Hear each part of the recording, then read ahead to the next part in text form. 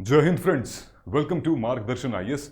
Russia के eastern part में एक बहुत ही भयानक, बहुत बड़ा भूकंप आया हुआ है, जिसकी वजह से कई सारी कंट्रीज में एक अर्ली वार्निंग सिस्टम भी जारी कर दिया गया है। बताया जा रहा है कि इस भूकंप की जो तीव्रता थी, जो मैग्नीट्यूड था, वो 8.8 मैग्नीट्यूड का अर्थक्वेक था और ये पिछले 12 से 15 सालों में अब तक का सबसे बड़ा मैग्नीट्यूड का अर्थक्वेक था। यानी कि इससे पहले 2011 में जापान में 9 रिक्टर स्केल मैग्नीट्यूड का जो अर्थक्वेक आया था, उसने तबाही ले दी थी।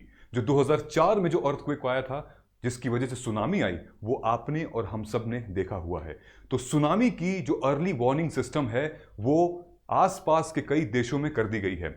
डिटेल में समझते हैं कि आखिर इस प्रोसेस से कैसे यूपीएससी क्वेश्चंस आपसे पूछ सकती है और आखिर कैसे ये प्रोसेस डेवलप होता है, वो सब कुछ हम लोग जानते हैं साथियों।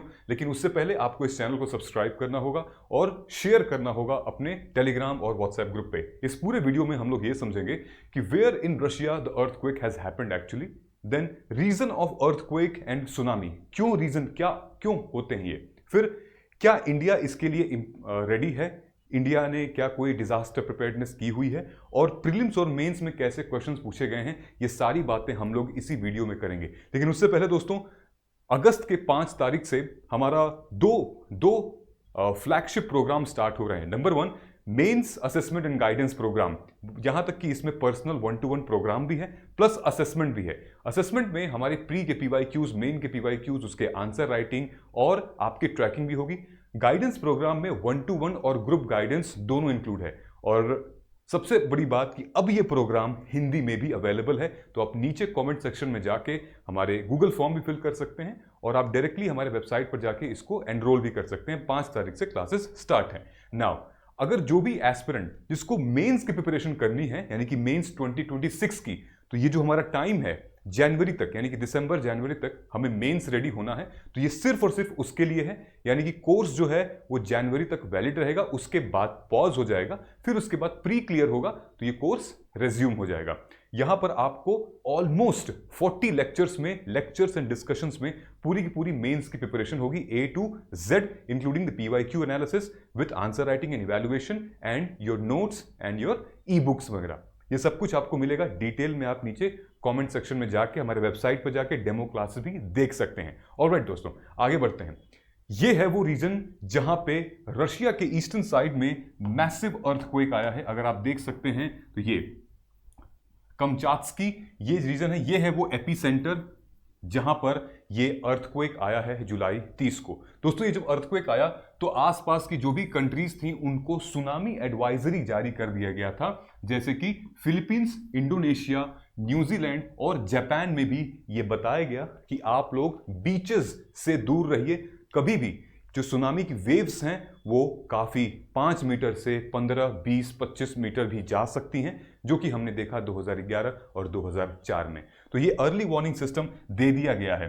डिटेल में जानते हैं। सबसे पहले ये देखते हैं कि आखिर ये था क्या। तो पीछे आप इमेज देख सकते हैं, ये पूरा रशिया है हमारा, ये है हमारा कमचात्स्की लोकेशन जहां पर ये आया था अर्थक्वेक। अगर हम बात करें तो ये, अगर आप लोकेशन देखेंगे, ये है पैसिफिक रिंग ऑफ फायर। ये पैसिफिक रिंग ऑफ फायर क्या होता है अभी हम लोग बात करेंगे, ये एग्जाम में आया भी था आपके मेंस के।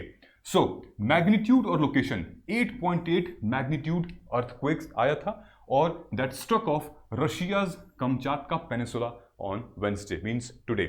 इनिशियल जो है वो 8 मैग्नीट्यूड था, फिर इसको रिवाइज किया गया, फिर उसके बाद 8.8 किया गया था। ठीक है, बताया जा रहा है कि इस रीजन में 1952 से लेकर अब तक का सबसे बड़ा मैग्नीट्यूड का अर्थक्वेक था, 8.8। आप ये लगा लीजिए, अगर ये अर्थक्वेक किसी शहर में आया होता तो बड़ी तबाही हो गई होती। ऑनेस्टली बता रहा हूं, आपको याद है गुजरात में जो भुज का अर्थक्वेक आया था, बड़ी तबाही हुई थी। अगर ये शहर में आया होता तो तबाही हो सकती थी, फॉर श्योर तबाही हो सकती थी। स्ट्रॉन्गेस्ट वर्ल्ड वाइड जापान में 9.0 था। सोचिए, ज्यादा फर्क नहीं है। ठीक है, जिसकी वजह से फुकुशिमा डिजास्टर भी हुआ था। तो कुछ शहर जो हैं, जैसे कि यूएस, मैक्सिको, न्यूजीलैंड, जापान, हवाई, इसमें ऑलरेडी अर्ली वार्निंग सिग्नल्स जारी कर दिए गए हैं और यूएस के कोस्ट में और हवाई के कोस्ट में ऑलरेडी इसका रिस्पॉन्स दिख रहा है। तेज लहरें, खूब तेज हवाएं चल रही हैं और आगे लोगों को वहां से हटाया भी जा रहा है। सो थोड़ा सा मामला सीरियस हो चुका है। ये है हमारा पैसिफिक रिंग ऑफ फायर। अगर हम जियोमॉर्फोलॉजी के टर्म्स में समझें, जो कि फिजिकल फीचर्स हैं हमारे ज्योग्राफी का, तो ये हमारी टेक्टोनिक प्लेट्स हैं, जिसको मेजर प्लेट्स कहते हैं। Your plates has been divided into 3 part, major, minor and micro. ये मेजर और माइनर तो आपको दिख रही हैं, माइक्रो प्लेट के लिए आपको डिटेल में ज्योग्राफी पढ़नी पड़ेगी। एनीवेज, सो ये पैसिफिक प्लेट है, ये सबसे बड़ी दुनिया की अब तक की जो सबसे बड़ी प्लेट है, जो कि सबड्यू हो रही है, सबडक्शन हो रही है, मतलब कि अंदर की तरफ जा रही है, क्योंकि ये सबसे हैवी प्लेट है और ग्रेविटी इसको सक कर रहा है, खींच रहा है। ये जैसे जैसे आगे मूव हो रही है वैसे वैसे ये अंदर जा रही है। तो ये है पैसिफिक प्लेट। ये इस साइड पूरा रशिया है, ये हमारा जापान है, और ये हमारा इंडियन ऑस्ट्रेलियन प्लेट है। फिर ये हमारा नॉर्थ अमेरिकन प्लेट है, and this is Nazca plate, Caribbean plate and all. तो अगर आप देख सकते हैं, ये जितने भी प्लेट है, यूरेशियन, पैसिफिक, ये सारे मेजर प्लेट्स हैं। अब जैसे ये है जुआन दे फूका प्लेट, ये माइनर प्लेट है, ठीक। जैसे हमारा थोड़ा बहुत अंटार्कटिक प्लेट भी माइनर प्लेट है, बट मेजर प्लेट्स ये यहीं पर हुआ है। तो अगर आप देख सकते हैं यहाँ पे, there are so many important things like Kuril trench, Japan trench, then Java trench. Trench ये वो जगह होती है जो कि डीपेस्ट ओशन, हम मतलब लोकेशन है डीपेस्ट ओशन की यहाँ पर। और ये भी कहीं ना कहीं ये जो ट्रेंच बना हुआ है, ये कहाँ पे सबड्यू हुआ है? ये पैसिफिक प्लेट जो है ये सबड्यू हुई है यूरेशियन प्लेट के अंदर। पैसिफिक प्लेट सबड्यू हुई है यूरेशियन प्लेट के अंदर, और यहीं पर ये ट्रेंच बना हुआ है। So there are another trench. So ये जो ट्रेंच हुआ है ये कुरिल ट्रेंच के आसपास है। तो जापान कुरिल ट्रेंच के आसपास ये पूरा का पूरा जो अर्थक्वेक अभी आया है वो हुआ है, ठीक है। तो ये देख लिया आपने पैसिफिक रिंग ऑफ फायर। सबसे ज्यादा वॉल्केनिक एक्टिविटी, सबसे ज्यादा अर्थक्वेक्स इन्हीं एरिया में आते हैं, और ये इतिहास रहा है, ठीक है। पिछले 100 सालों में बड़े सारे अर्थक्वेक आए हुए हैं यहाँ पे। तो आप सर्च करिएगा, और यूपीएससी में क्वेश्चंस भी आया था इसके ऊपर। Now how tsunami occurs, tsunami कैसे आती है? सो आपने देखा होगा कि ध्यान से देख लेते हैं यहाँ पे, ये हमारा, ये देखिए सुनामी आती कैसे है। मान लेते हैं ये जो पूरा एरिया है हमारा, ये हमारा पैसिफिक टेक्टोनिक प्लेट है, और ये वाला जो एरिया है वो हमारा यूरेशियन प्लेट है। तो आप देख रहे हो कैसे सबड्यू हो रहा है, लिथोस्फीयरिक सबड्यू हो रहा है, नीचे नीचे की तरफ जा रहा है, यानी कि ग्रेविटी इसको सक कर रही है। तो जैसे जैसे ये ऐसे होते जाएगा नीचे जाते जाएगा, एक पॉइंट पे ये टूट जाएगा, बिकॉज भाई लैंड मास ज्यादा है नीचे का। और कितना नीचे जाएगा, फिर ये मेंटल में चला जाएगा, एकदम नीचे जाके फिर ये डिस्ट्रॉय हो सकता है। लेकिन ये जो एरिया आप देख रहे हो, ये वाला जो एरिया है हमारा, यहाँ पे जहां पे ये टूट के डिस्ट्रॉय हो रहा है, वहीं से फ्रिक्शन निकल कर आता है, वहीं से एनर्जी और स्पार्क निकल कर आता है, टाक टूटता है। तो अब सोचिए कि इतना बड़ा लैंड मास जो है वो अगर ओशन के एकदम मिड में टूटेगा तो कितना ज्यादा फ्रिक्शन क्रिएट होगा, और यहीं से सिग्नल वेव क्रिएट होती हैं, यहीं से सिग्नल वेव क्रिएट होती हैं, जिसको हम सुनामी वेव्स कहते हैं। अब हैरान की बात यह है कि अगर ये सबडक्शन लिथोस्फीयर में ना होके और ज्यादा नीचे, यानी कि अगर हम इंटरमीडियरी पे हो रहे, यानी कि लगभग 200-300 किलोमीटर नीचे ओशन में हो, तो फिर सुनामी वेव्स आना थोड़ा मुश्किल है।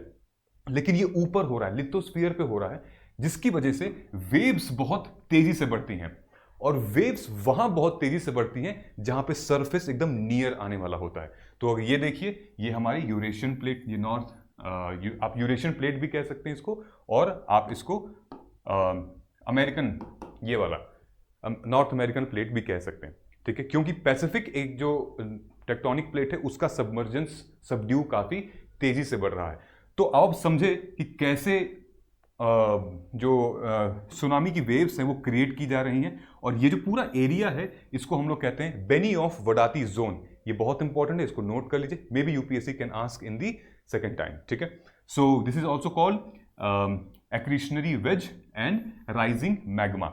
इवेंचुअली ये तो बेसिकली ये हमारा वॉल्केनो इरप्शन का पार्ट है, लेकिन अगर हम बात करें कि सुनामी की वेव्स कैसे आती हैं ड्यू टू अर्थक्वेक, तो ये इस तरीके का पूरा प्रोसेस है, ठीक है। तो यहां पर एक्सप्लेन किया गया है, tsunami are giant waves caused by earthquake और volcanic eruption under the sea, ठीक है। यानी कि डिस्प्लेसमेंट ऑफ वाटर होता है जिसकी वजह से ये, तो डिस्प्लेसमेंट ऑफ वाटर अर्थक्वेक से भी हो सकता है, वॉल्केनिक इरप्शन से भी हो सकता है, या फिर ओशनिक अंदर लैंडस्लाइड हो जाए, ठीक।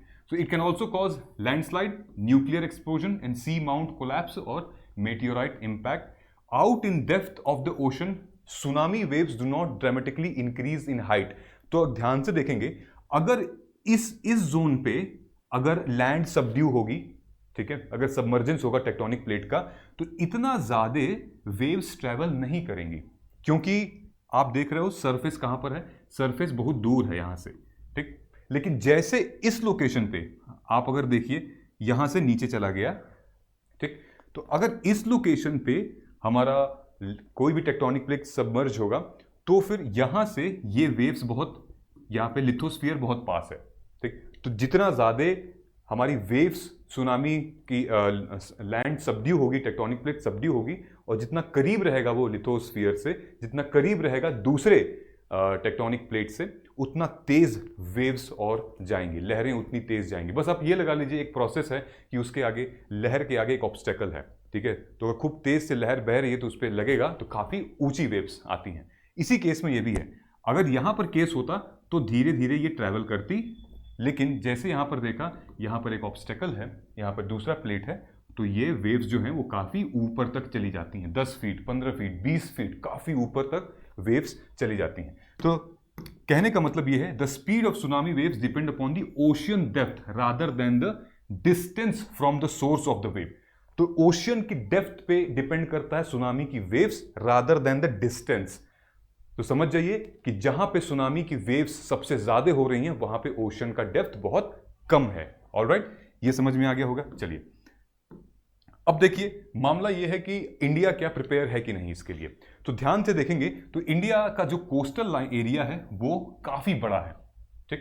तो India coastal line is one of the biggest, और 2004 का जो यहां पर अर्थक्वेक आया था, ठीक है, जिसकी वजह से सुनामी ऑकर हुई थी, हम सबको पता है, you can search on Google as well, वो इन एरियाज में कितना तबाही लेकर आया था। सो इंडिया की जो कोस्टल लाइन है वो काफी ज्यादा ब्रॉड है, और इंडिया क्या प्रिपेयर्ड है उसके लिए ये भी हम लोग देख लेते हैं।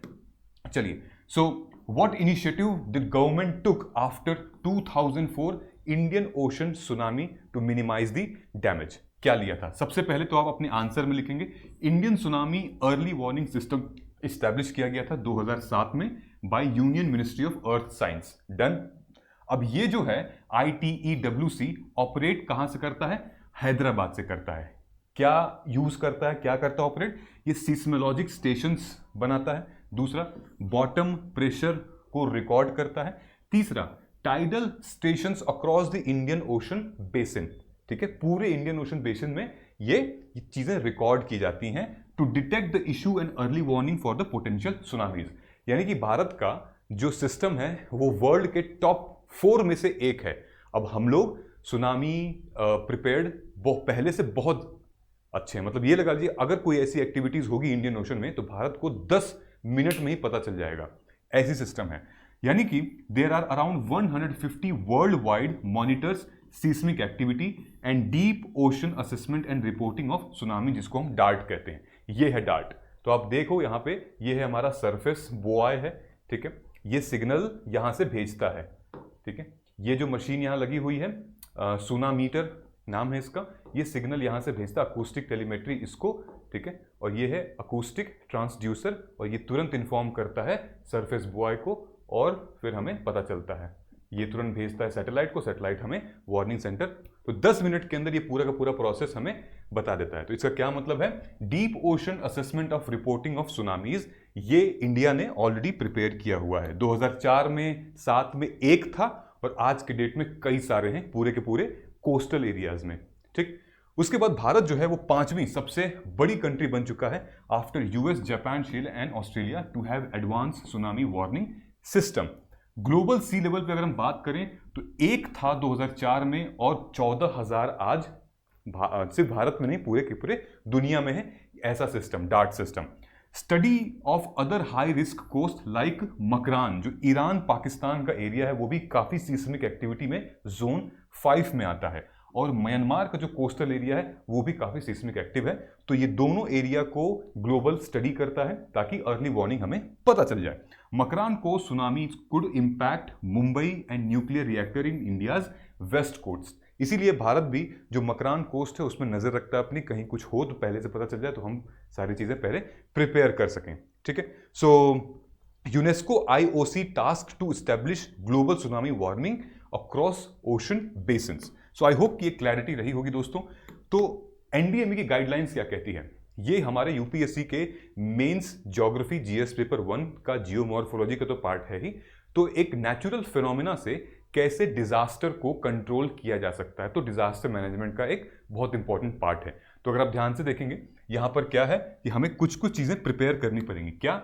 Risk mapping, early warning, coastal zoning, resilient infrastructure, community preparedness, मतलब लोगों को पहले से ही बताना पड़ेगा कि ये सिचुएशन है तो उनको वहां से हटा दिया जाएगा, सेफ जगह पे पहुंचा दिया जाएगा।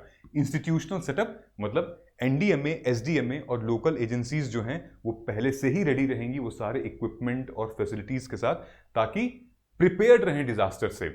यानी पहले हमारा क्या था, पहले हम पोस्ट डिजास्टर प्रिपेयर्ड होते थे, अब हम प्री हो रहे हैं, मतलब पहले से पता चल जा रहा है। उससे क्या बेनिफिट है? डैमेज कम होगा, उससे नुकसान बहुत कम हो सकता है, लोगों की जान बच सकती है। पहले हमारे यहाँ कम था, 2004 में हम लोगों ने स्टैब्लिश किया था, एनडीएमए की गाइडलाइंस भी आई थी।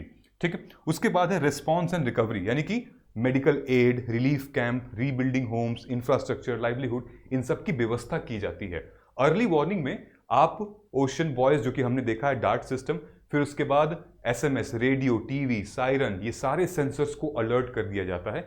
आप उड़ीसा का एग्जांपल देखिएगा, उड़ीसा की केस स्टडी देखिएगा आप, मतलब वो एक बहुत अच्छी केस स्टडी है यूज करने के लिए हमारे एग्जाम में। देखो यूपीएससी के प्रीलिम्स एग्जाम में कैसे क्वेश्चंस आते हैं। अब अर्थक्वेक से इन लोगों ने क्वेश्चन पूछा था, अर्थक्वेक से ध्यान दीजिएगा, एक ही बार क्वेश्चन आया है पिछले 11 सालों में, वो आया है सीस्मिक वेव से। कैसा क्वेश्चन था कि सीस्मिक जो सीस्मोग्राफ होता है हमारा, P waves recorded earlier than S waves, और इन P waves the individual particles wave to and fro in the direction of wave propagation. So the P waves and the S wave, this is very NCERT basic question. ठीक है, ये NCERT level का question है जिसमें दोनों statement अपने सही है। फिर वॉल्केनिक के इरप्शन से क्वेश्चन आया था, एक ही बार आया था, वो ये था कि आप बताइए कि जब how many of the above product of the volcanic eruption, फूटता है ज्वालामुखी तो इनमें से कौन सा उसका प्रोडक्ट निकल कर आता है। फिर उसके बाद 2018 में यूपीएससी ने पूछा था बैरन आइलैंड वॉल्केनो के बारे में। ये पूरा का पूरा क्वेश्चन ही बैरन आइलैंड वॉल्केनो के बारे में। आई एम श्योर इन 3 चीजों को आप जरूर टच कर लीजिएगा और देख लीजिएगा। अब देखिए मेंस का क्वेश्चन कैसे आ रहा है। मेंस का क्वेश्चन एक तो हमारे डिजास्टर मैनेजमेंट और एक ज्योग्राफी से क्वेश्चन आया है। ज्योग्राफी से एक और क्वेश्चन आया है जो कि पैसिफिक रिंग ऑफ फायर हमने बात की थी।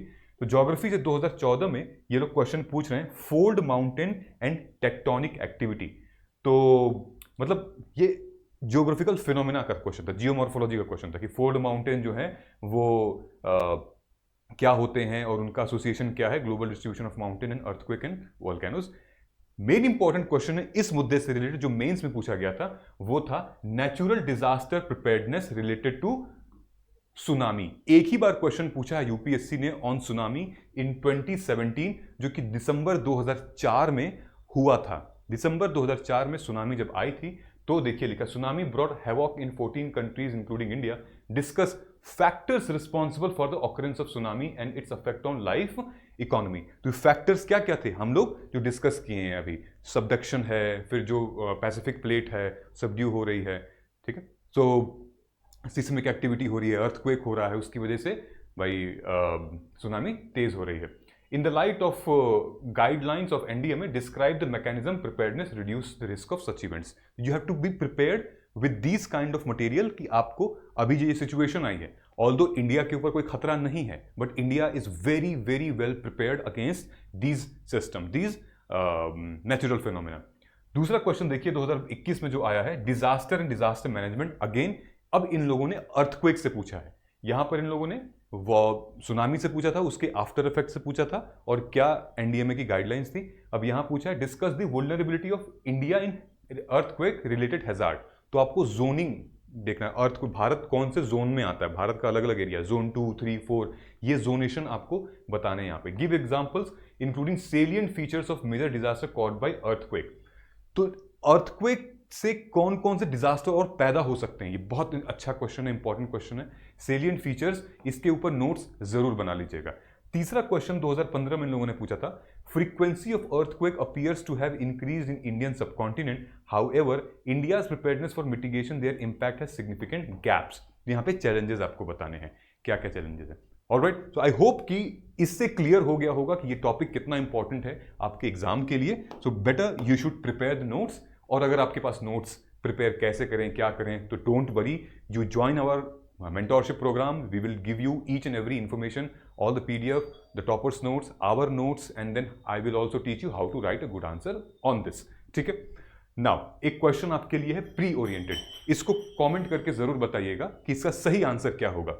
सवाल देख रहे हैं आप स्क्रीन पे, सवाल है हमारा, शैडो जोन किसको कहते हैं? The shadow zone of earthquake is related to which of the following. ठीक है, इन सब में से आपको सही आंसर बताना है और नीचे कमेंट करके आप जरूर बता सकते हैं।